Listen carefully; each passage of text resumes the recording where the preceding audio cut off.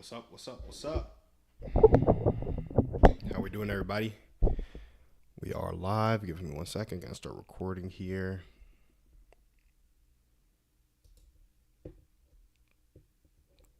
Perfect. Gotta get some music going. We can get a bit louder.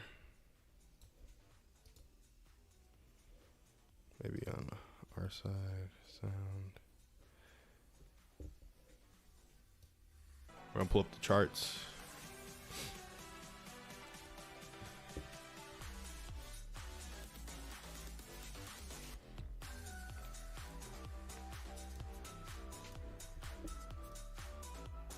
All right.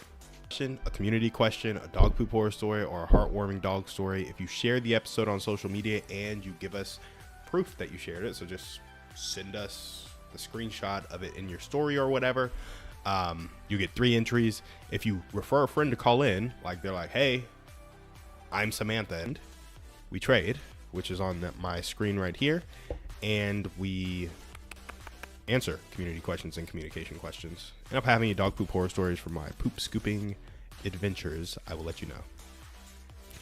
Cool. Let's see who's all on right now. We'll take call-ins, guys. I'm turning my phone at bearish CISD. Let's see if I'm coming from a bearish liquidity.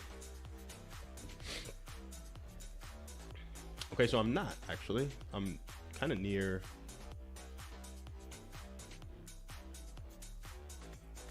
So we have CISD. Haven't created a low on the sell side yet. It's currently at 112.60. If it goes lower than like sell side, so we have no external liquidity that we've created on sell side. So I don't know how that's really gonna go. Let's turn this music down just a little bit.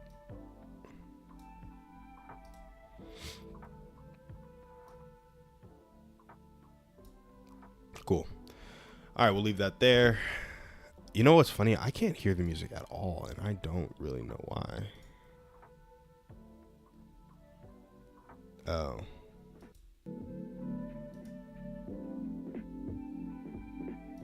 That was why.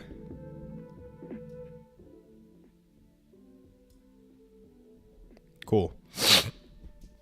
Leaving the music right there. Guys, we're going to go through some stream segments real quick. Let's see what we got. We only have 1 stream segment prepared, so we can do this segment, and then we will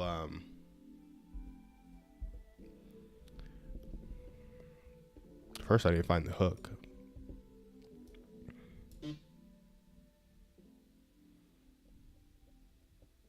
This is basically teaching people how to listen. Let's see if I can go find the hook. Give me 1 second.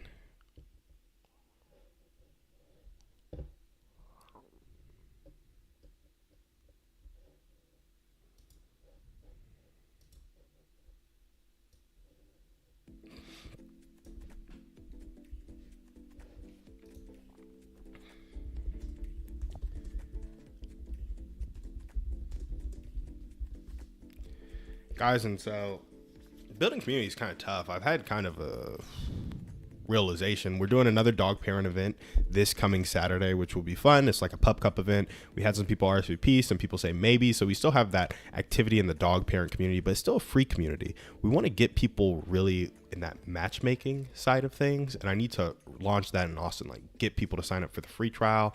I have it at 6 months right now. I'm probably gonna make it to 3. And I'm probably gonna do the same thing with like running traffic to the landing page or on school and make it 3 months. But yeah, that would be nice to build out that matchmaking service. And right now I'm running ads through Reddit to the stream. Maybe I run ads through Facebook to the matchmaking service, and then get the matchmaking service people to join the stream when they have questions about how to connect more. It's like you got to get that critical mass in there, if you will. Okay.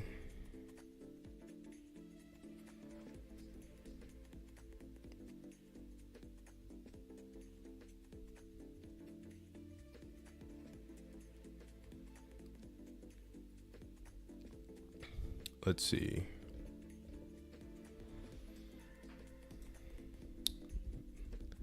This was a segment we built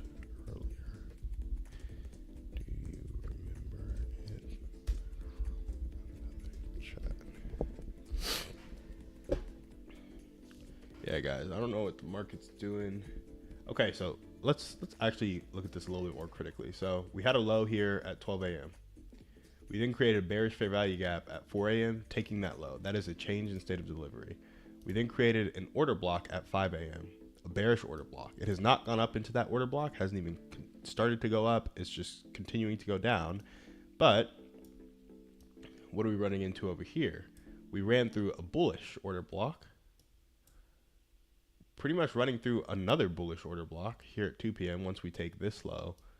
And then this fair value gap has already been used. So really, guys, yeah, we're just on the downswing with no kind of sight for stopping. Seems like it's going to be a no trade day.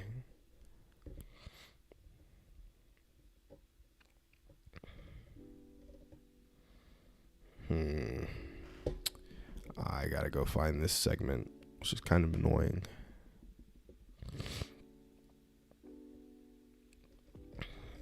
Let's see if I can just find it in search chats.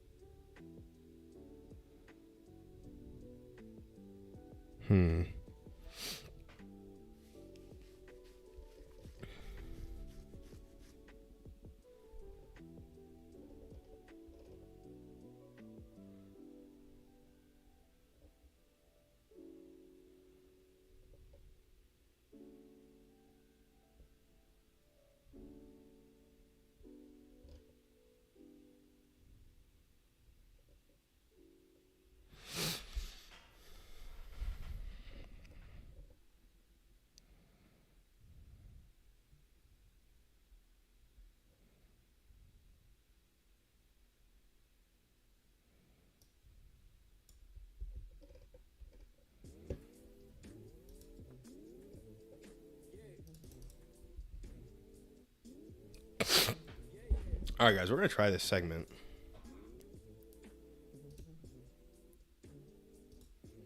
Let's see if we can do it.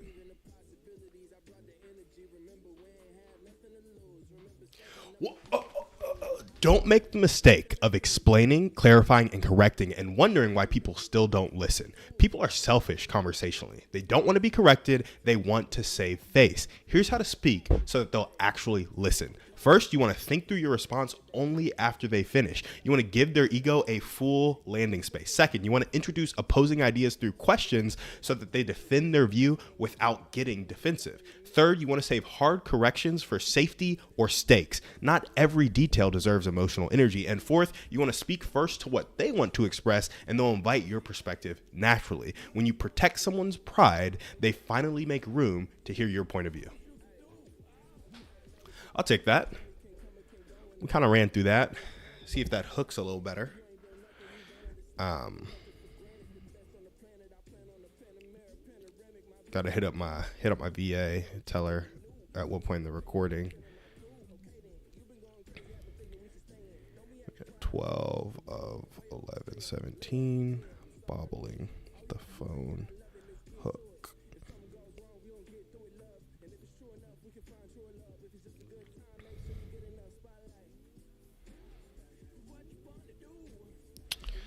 Cool. Got that first segment down, and basically, guys, I want to talk to that a little bit more. looking at the charts to see if anything's changed, but it's like the hour chart doesn't change on a minute basis, Timmy. Come on now. Okay. So let's go through that segment a little bit more. Then let's go make other segments from Reddit. So people ignore you even when you're right. I think a lot of people, like I started this hook, don't make the mistake of explaining, clarifying, or correcting. How to influence people literally starts with don't condemn, complain, or what's the third one? Criticize. Never criticize, condemn, or complain. And it's like when you criticize somebody, you're telling them they're wrong. When you condemn them, you're saying they did something wrong. When you complain, you're acting or feeling like something has gone wrong with something relevant to them. Maybe not something exactly they did, because you might be complaining about circumstances, but still, it's like you're being a negative Nancy, and nobody likes a negative Nancy, because anytime you're a negative Nancy, they have to protect the positive feeling their ego has. And they want to keep that positive feeling, that good notion of self. So they start to get defensive, or they start to ignore you, or they start to neglect you. Either way, they don't want to hear what you have to say. So in order to not be ignored, you have to realize that people are selfish when it comes to conversation, and selfish when it comes to life in general. And that's okay, because you're selfish too. You don't want to be corrected. They don't want to be corrected. You want to save face. They want to save face. You want to be listened to. They want to be listened to. So how do you show somebody that you're listening? By the words you use.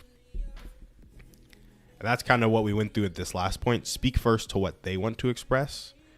We'll loop back around to all the listening and stuff, but I think this is just the most important communication skill ever. Speak about things people want to talk about, that they want to hear about. Like, if they got first place and you got second place, or you got first place, this is better yet, you got first place and they got second place, everybody would think that people want to talk about first place, but you want to talk about everything, all the work they did to get to second place, and you want to celebrate them for second place. You want to lift them up for all of their effort, because you already beat them, their pride's already hurt. Like, how can you like repair that pride? And if they got first place and you got second place, you don't want to sit there and be sad about your second place. You want to be happy for them about their first place. Like, always focus on the other person. Like, what's the best case scenario or best experience this person can have in this moment? And how can I give that to them? I know that sounds like you're trying to create some customer experience, but really it's like, how, like, if you listening to somebody can make their day, make their day. Like, if you asking one or two follow-up questions can make their day, make their day. You know what I mean? That's the kind of stuff that I'm trying to get at. And so speak first to what they want to express, and they'll invite your perspective naturally. I just like that as a whole, really. Okay. We got some rejection on this 1 hour candle. I would say long it back into the fair value gap, but we didn't sweep any external liquidity that's relevant. So we really, again, we have to wait for it to create external. Then we can take it towards internal to go to external, or take it out of internal to go to external is really what we're looking at. Let's see what our scripture of the day is before we continue to elaborate on our community segment. For the word of God is living and active, sharper than any two-edged sword, piercing to the division of the soul and of spirit, of joints and of marrow, and discern, and then I got the ... discerning the thoughts and intentions of the heart.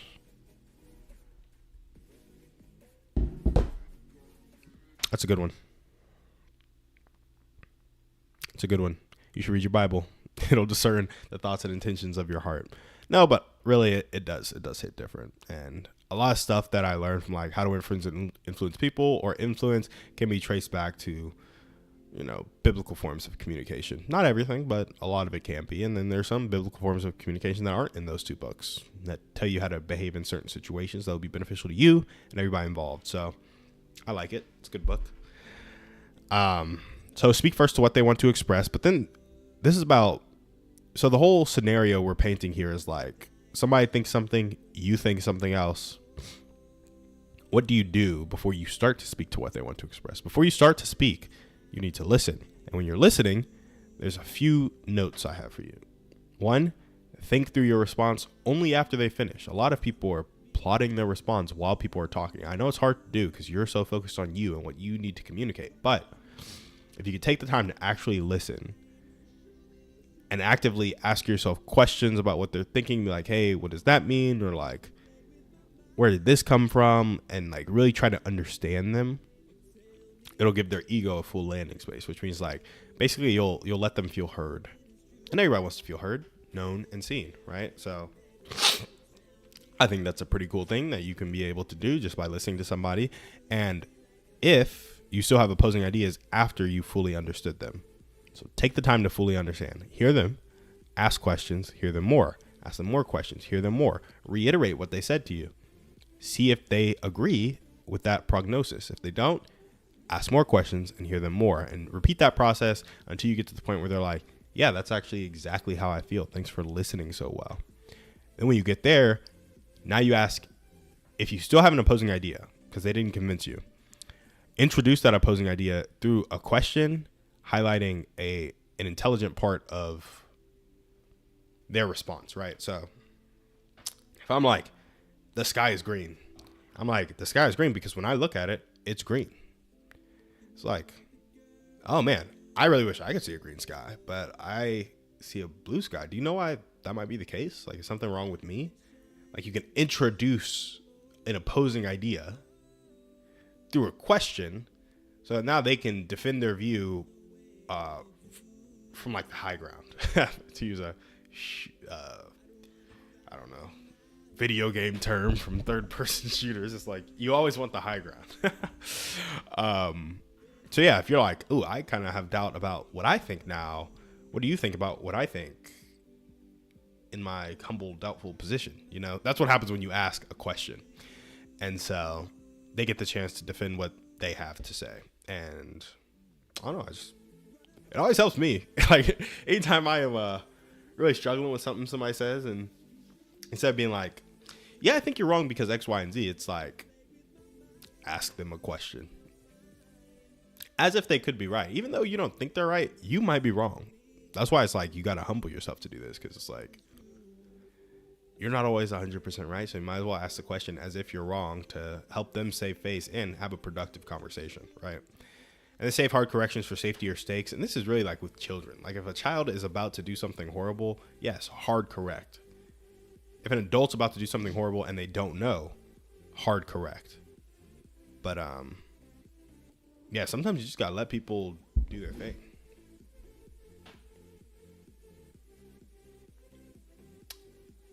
Just got a text from one of my close college friends.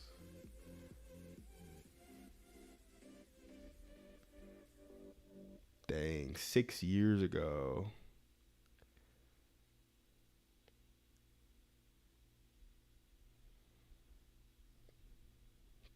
Man, that was epic.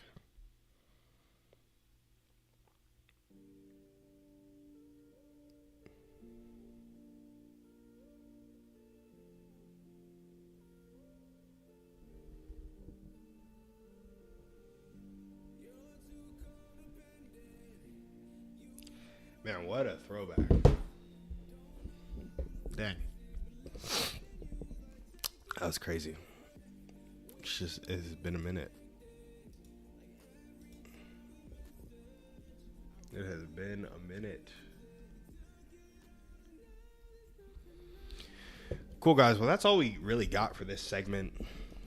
I'll take a second and pause when I'll delete this segment.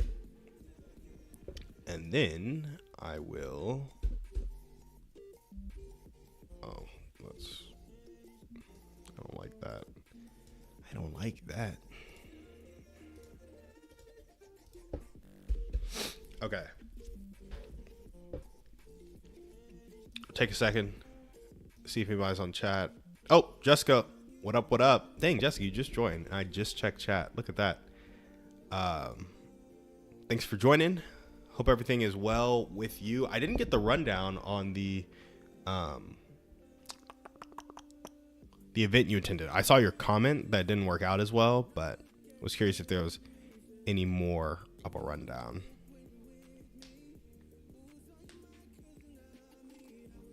Or not. Maybe not. No worries.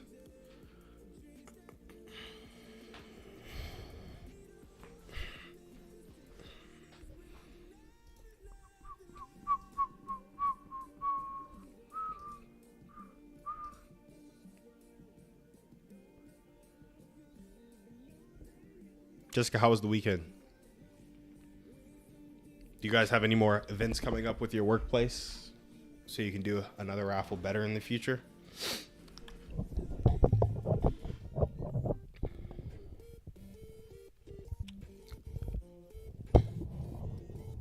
Okay.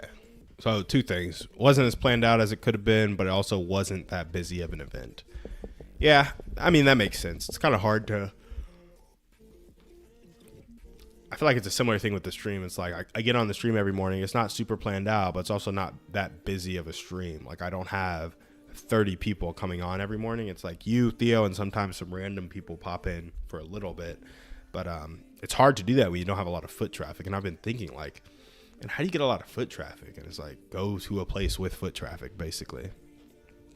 Which I don't exactly know how to do in a streams context, but in an events context, maybe are there ever future kind of events at the college that have more foot traffic or are more central so that you guys have like a booth right where people walk everywhere on the campus?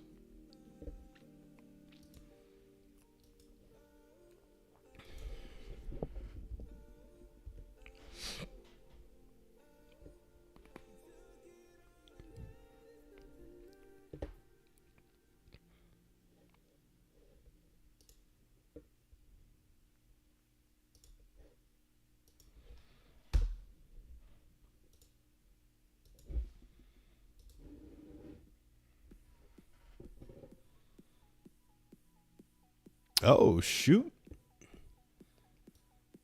You worked a lot this weekend and you're actually leaving that job in 2 weeks for a new opportunity you can speak on in a few months. There you go.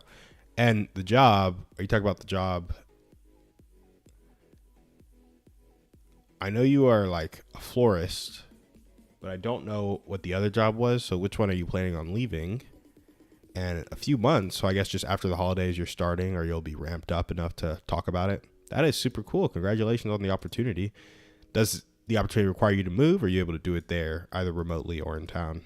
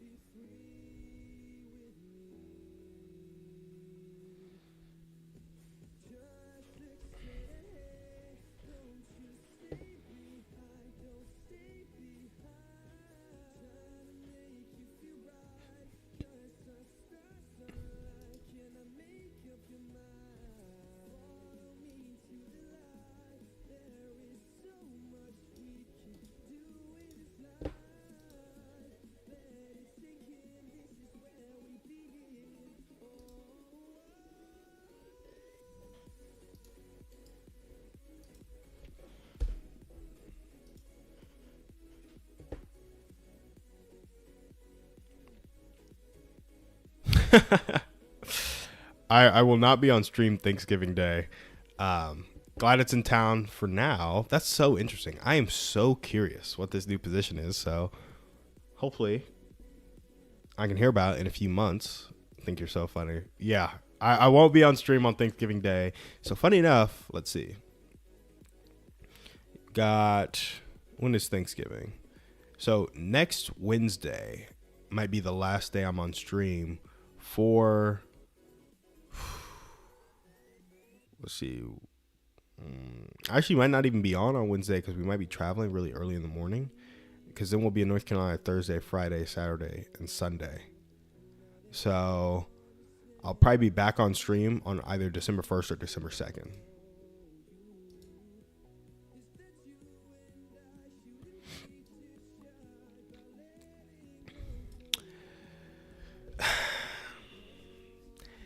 Yeah, some people don't even pick up their dog poop. They just mow over it. Is that common? So, yes. I wouldn't say it's common, but I definitely know some people do it. Like I have one client, she mows over it and then I still come pick it up. Like, you just don't want dog poop sitting in the backyard. One, you don't want to step on it. Two, it's a health risk if you have kids. Three, if you don't have kids and you don't mind stepping on it, it's a health risk for your dog. Like, when they're going back out there, if they go eat their own feces, that's kind of just gross. And four, it's just not taking great care of your yard.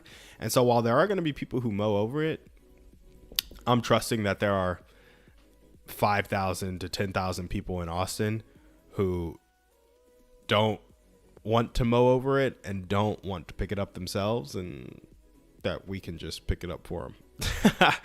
It's kind of what I'm betting on. And of those 5 to 10,000, hopefully I can get 1 to 2,000 over the next 3 to 4 years. And once you have 2,000 clients, you know, you're making a pretty penny. Yeah, no, I agree. I think it's weird too, to just mow over it. I think it also depends on the size of the dog, right? Like, if you have a 140-pound dog, their poop looks different than if you have a 15-pound dog. Mowing over the poop of a 15-pound dog, probably not that big a deal. Mowing over the poop of a 150-pound dog or 3 150-pound dogs, that is different, you know? That is very different, especially if you don't pick up the poop for 2 weeks. You go to mow after 2 weeks and there's 3 150-pound dogs who have all just been pooping back there. It's like, exactly. It's like, some people do it, but I would say a lot more people feel how you feel. It's like, if there's a bunch of poop that's just been mowed over and over and over and over, it's like, I don't want to go to that backyard. I ain't going outside. The smell probably isn't that great. And so, yeah, some people mow it over, but I wouldn't say many people just like leave it out there for years on end. Yeah. I actually, I recently cleaned up this backyard that it was one of those situations where it's like, I think the owners were busy. They had 5 dogs and the poop had just been around for a while and the leaves had fallen. And so it was in these like huge piles.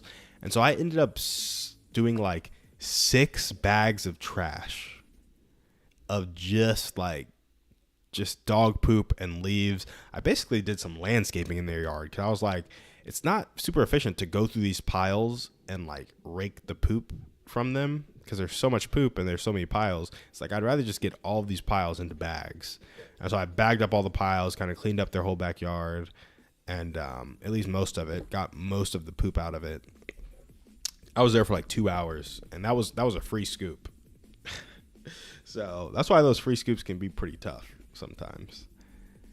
They can be tough because, yeah, they're just, sometimes people haven't cleaned up their backyard in a while, and it's pretty dirty. And those are also the people who are more likely to go after a free poop scoop, right? The people who haven't done it in a while. Because if you're typically staying on top of it, or you're cleaning up after your dog, or this, that, and the other, or you walk your dog a lot so they're not pooping in the backyard a ton, it's like, it's not really that much of a struggle for you. But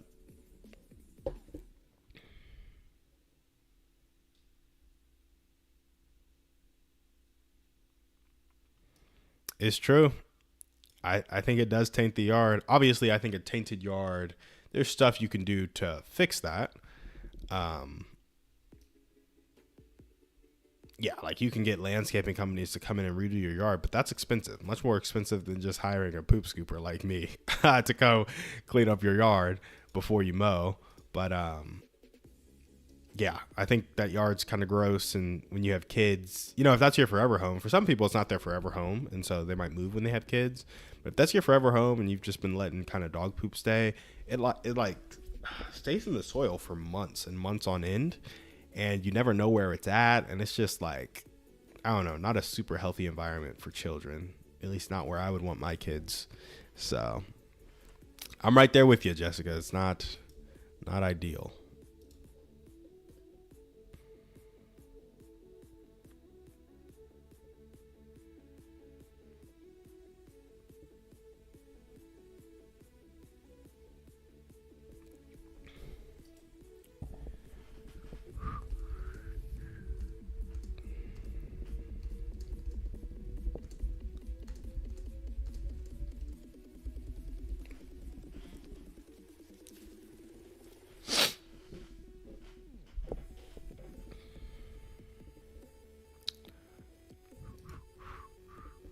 Yeah, grass tainted for sure.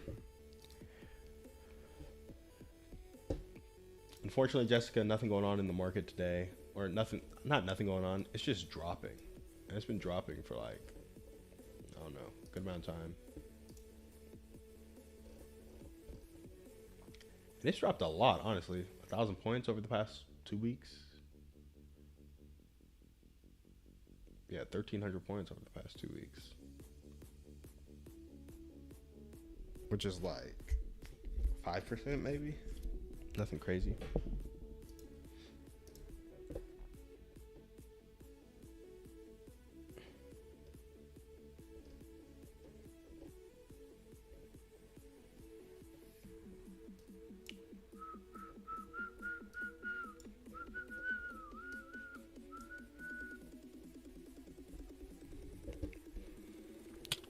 Next event for the dog parent community is this weekend.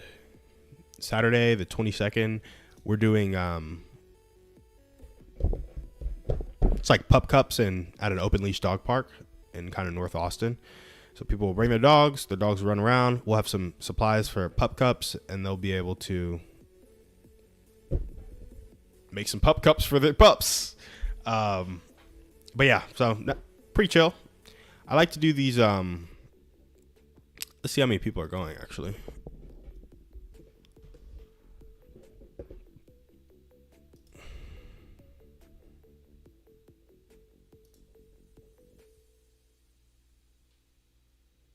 Yeah, so we have 4 people going right now, 3 other dog owners plus me.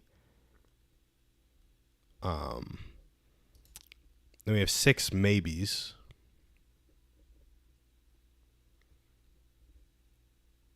And then we've invited an additional 149, and 3 people cannot go so far.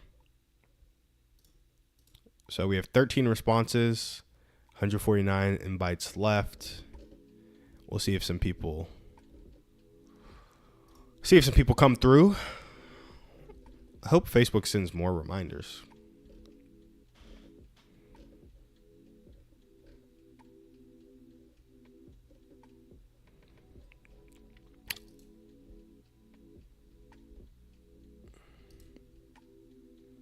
Ooh, I like how you're thinking. How can we get them to yeses? Yeah, so I think a lot of people say maybe on like Facebook events like that, just waiting to see if other people are going, and then they're also waiting to see like if their plans change, like if a better option comes up as the event comes closer. So I'll follow up with those people on like Wednesday or Thursday probably and say, hey, what would make it a yes? Hey, is there anybody else you want to bring? Like, make sure to send the event to them, just because we do want as many people as possible, but I also want a good head count so I know how many pup cups to buy. Yeah, I don't know. What else could we do to incentivize a yes? I gave away $100 at the last event, but giving away $100 at free events on a regular basis is tough, especially when you still get like, I think I had 250 people interested in that event and like 25 showed up. Ask chat. Yeah, I should just ask chat. I love how chat has a nickname in people's like Gracie says ask chat, you say ask chat. Like I'll be like, yeah, chat said this. It's like, it's funny because we're streaming, and like when we're streaming, chat refers to something else, but we all know we're referring to Chat GPT, which is just, it's funny.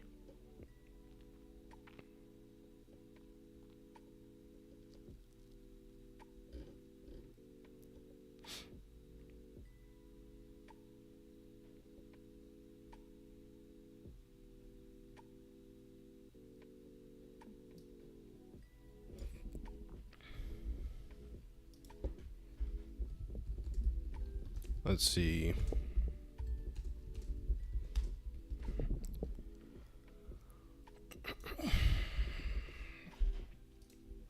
All right.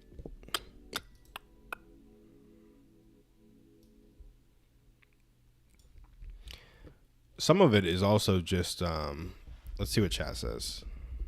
4 people said yes, 6 said maybe, 149 no response, invited through a Facebook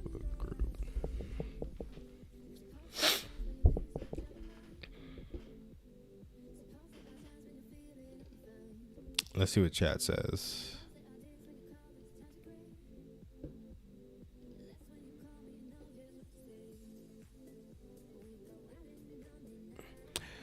Yeah, so chat says make one high signal reminder post in the group. So I made a post yesterday, sent out the event invite. It's like closer to the event. Post one story to the group, make a reminder in the group, DM the 6 maybe people, see if they can mark going, DM the 4 going with instructions. Make one big value post the morning of, not a reminder, but a reason to come. And the reason is like, hey, beautiful weather today. If your dog needs weekend socializing or you just want low-key community, we'll be at Willow Bend with free pup cups. Yeah. Interesting. Yeah, so it's like basically post in the group more is what chat says. And highlight the fact that it's like going to be beautiful weather. Ask chat to come up with a dog poop horror story. Jessica, you are on one this morning. Let's see. I like that though.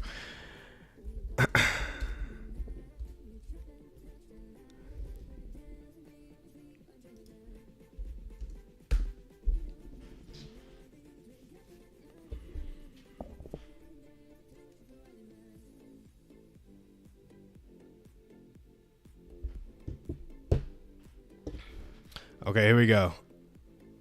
This is chat. Here's a top tier dog poop horror story that will make every dog parent scream, laugh, and it's perfect to read on stream or post in your group. Well, here we go.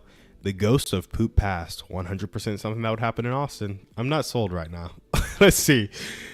So I'm at Mueller one morning walking my dog, feeling proud because he finally learned to go on command. Beautiful weather, birds chirping. I'm a responsible dog parent. Life is good. He squats. I grab a bag. Routine stuff. Except as I bend down, a massive gust of Austin wind hits, like ACL festival fan levels of wind, and that bag basically turns into a wind sail. It balloons, it flips, and it launches. The poop yeets itself out of the bag. Moment of silence for the fact that ChatGPT used yeets itself out of the bag like it's escaping prison. I watch it bounce once, twice, and then like it was guided by God himself, it rolls directly onto a couple's picnic blanket. Not near the blanket, on the blanket. On their Whole Foods charcuterie board. The girl screams. The guy stands up like he's seen a demon. My dog wags his tail like, yes, chaos.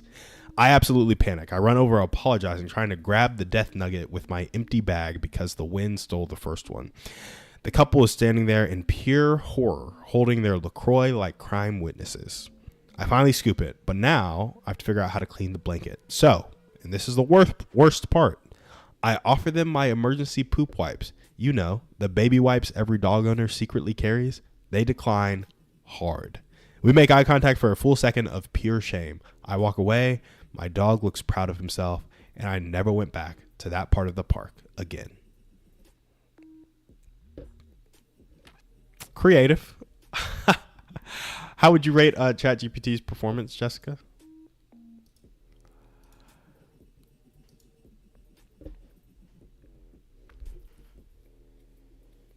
Man, the market is booming today. Or falling today, really. I'm like, the fact that it's just creating these fair value gaps going down is crazy.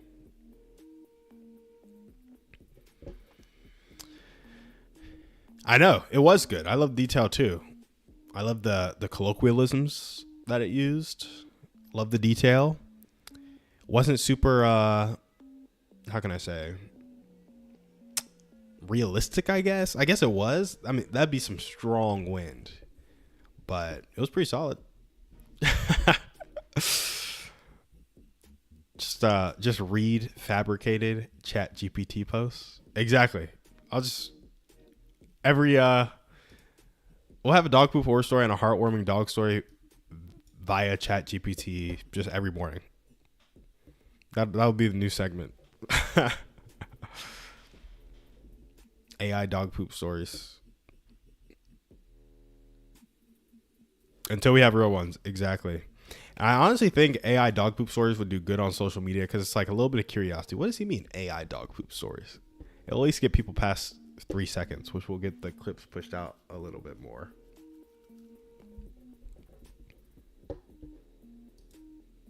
Yeah, this is funny. I dig this. I actually really like this as a segment. I was just thinking about like what are some like segments that we could do, and AI dog poop stories, AI heartwarming dog stories. Pretty solid stuff. Pretty solid stuff. Get a good laugh, you know.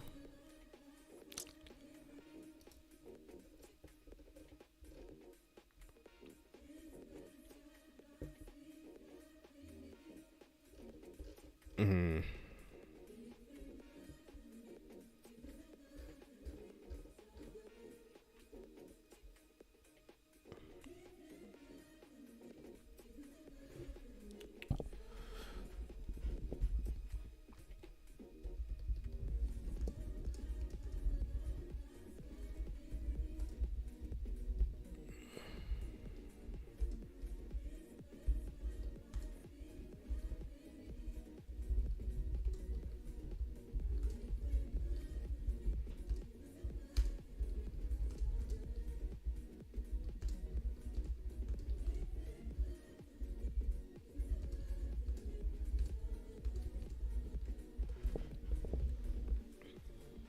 Man, we got some equal lows over here. So I'm trying to create another segment real quick based on this Reddit post, but my segment creator is struggling, so I'm having to give it a bit more instruction.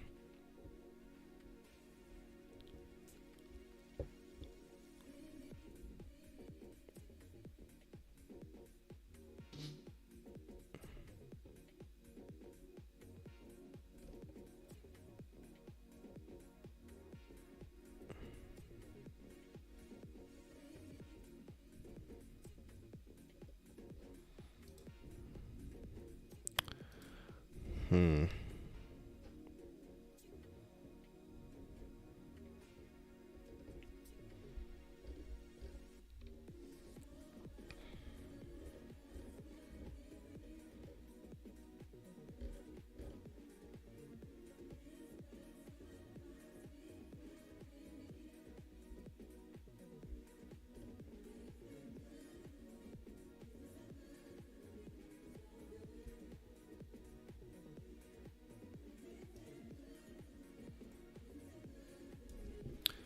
This is an interesting segment that I'll make. Let's see.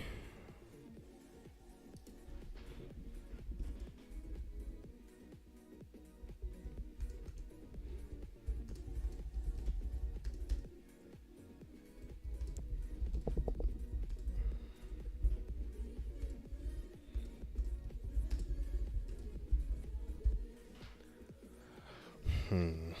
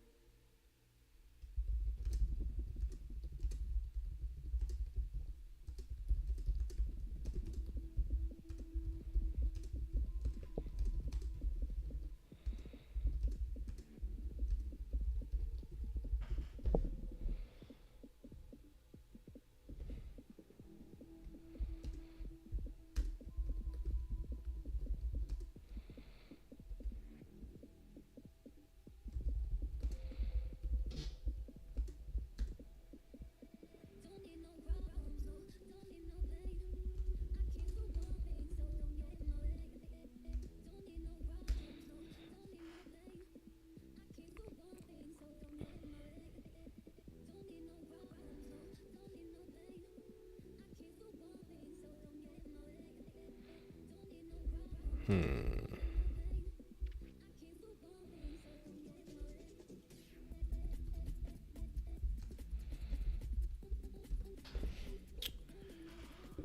All right.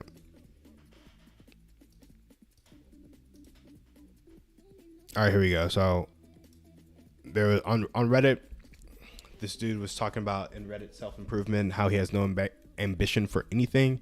It's crazy to think that I have literally no desire for many things, yet I'm satisfied with how my life is. 21 male, last year of college, couldn't care less if he gets a job in my field, doesn't mind working a crappy job for the next few years, never dated, doesn't have a social life, lost interest in all his hobbies he used to enjoy, just doesn't have any major dreams. I also never traveled and been out of my country before.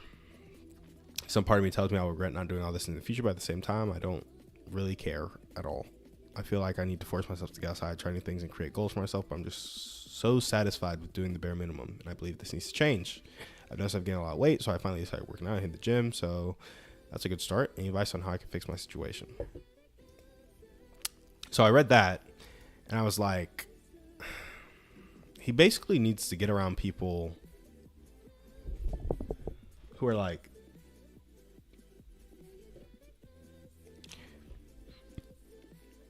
quickest way to change your life is to like change your reference point. And so he doesn't feel deprived of anything right now in terms of how good life could be, because he doesn't know how good it could be. Like when he gets around people who are living the type of life he wants to live, he'll have a lot more motivation to change his situation. And so that made me think of something I experienced in the past year. And that's what this segment is going to be about. But I'm going to have to chat write it real quick.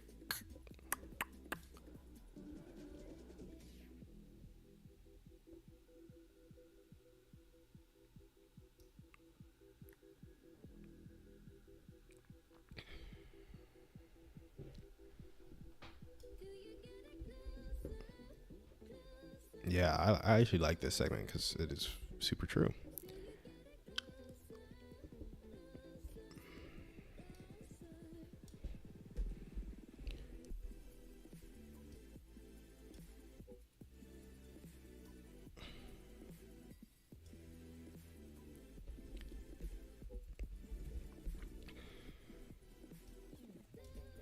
Yeah, I want to talk about this real quick.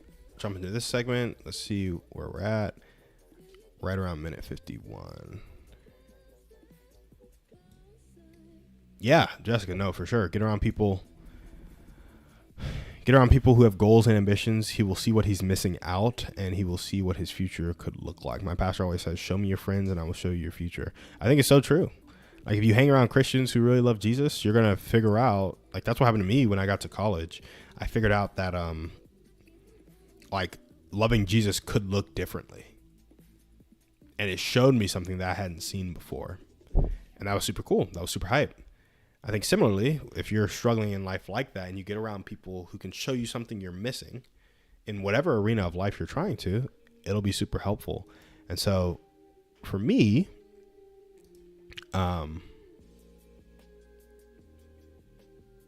this past year, I would say, did a lot for that. And I want to go through that real quick in a quick social media segment, and then I can dive into it a little bit more. But I'm trying to see. I'll just have my calendar up.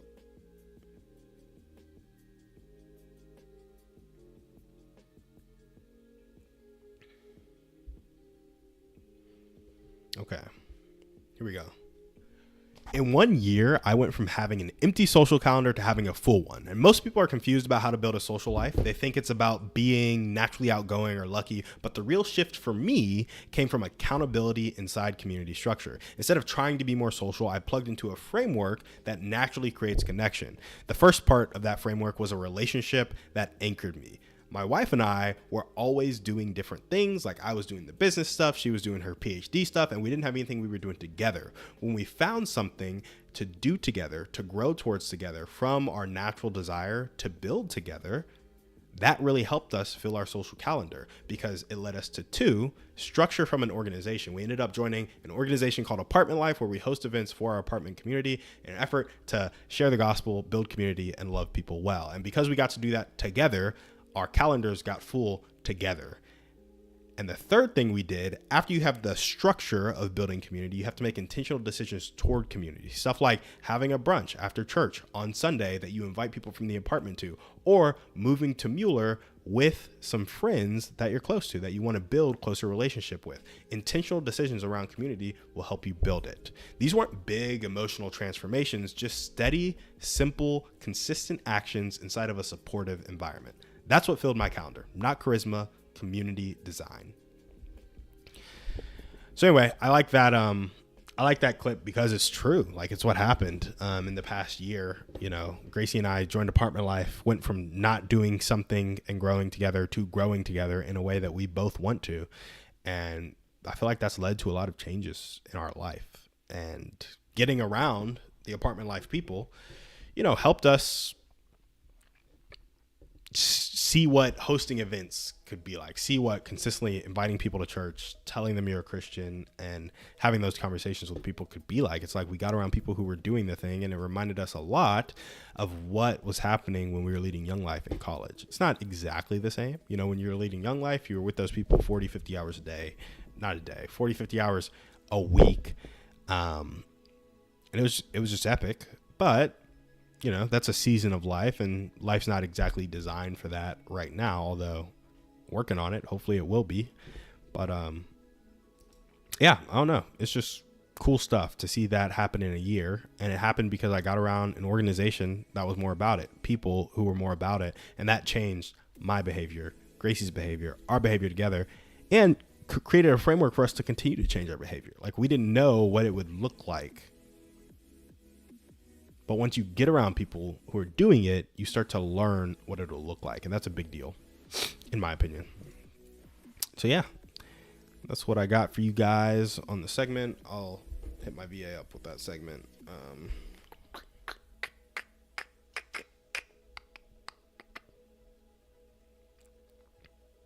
What was that? A minute and a half ago? 53:50-ish. 53:30-ish. 11:17.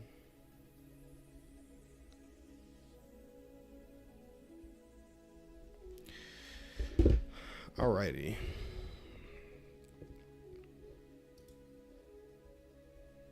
Oh, helps with loneliness 1000%. Man, loneliness for me, it's so weird. Loneliness is a very weird, like, how can I say this?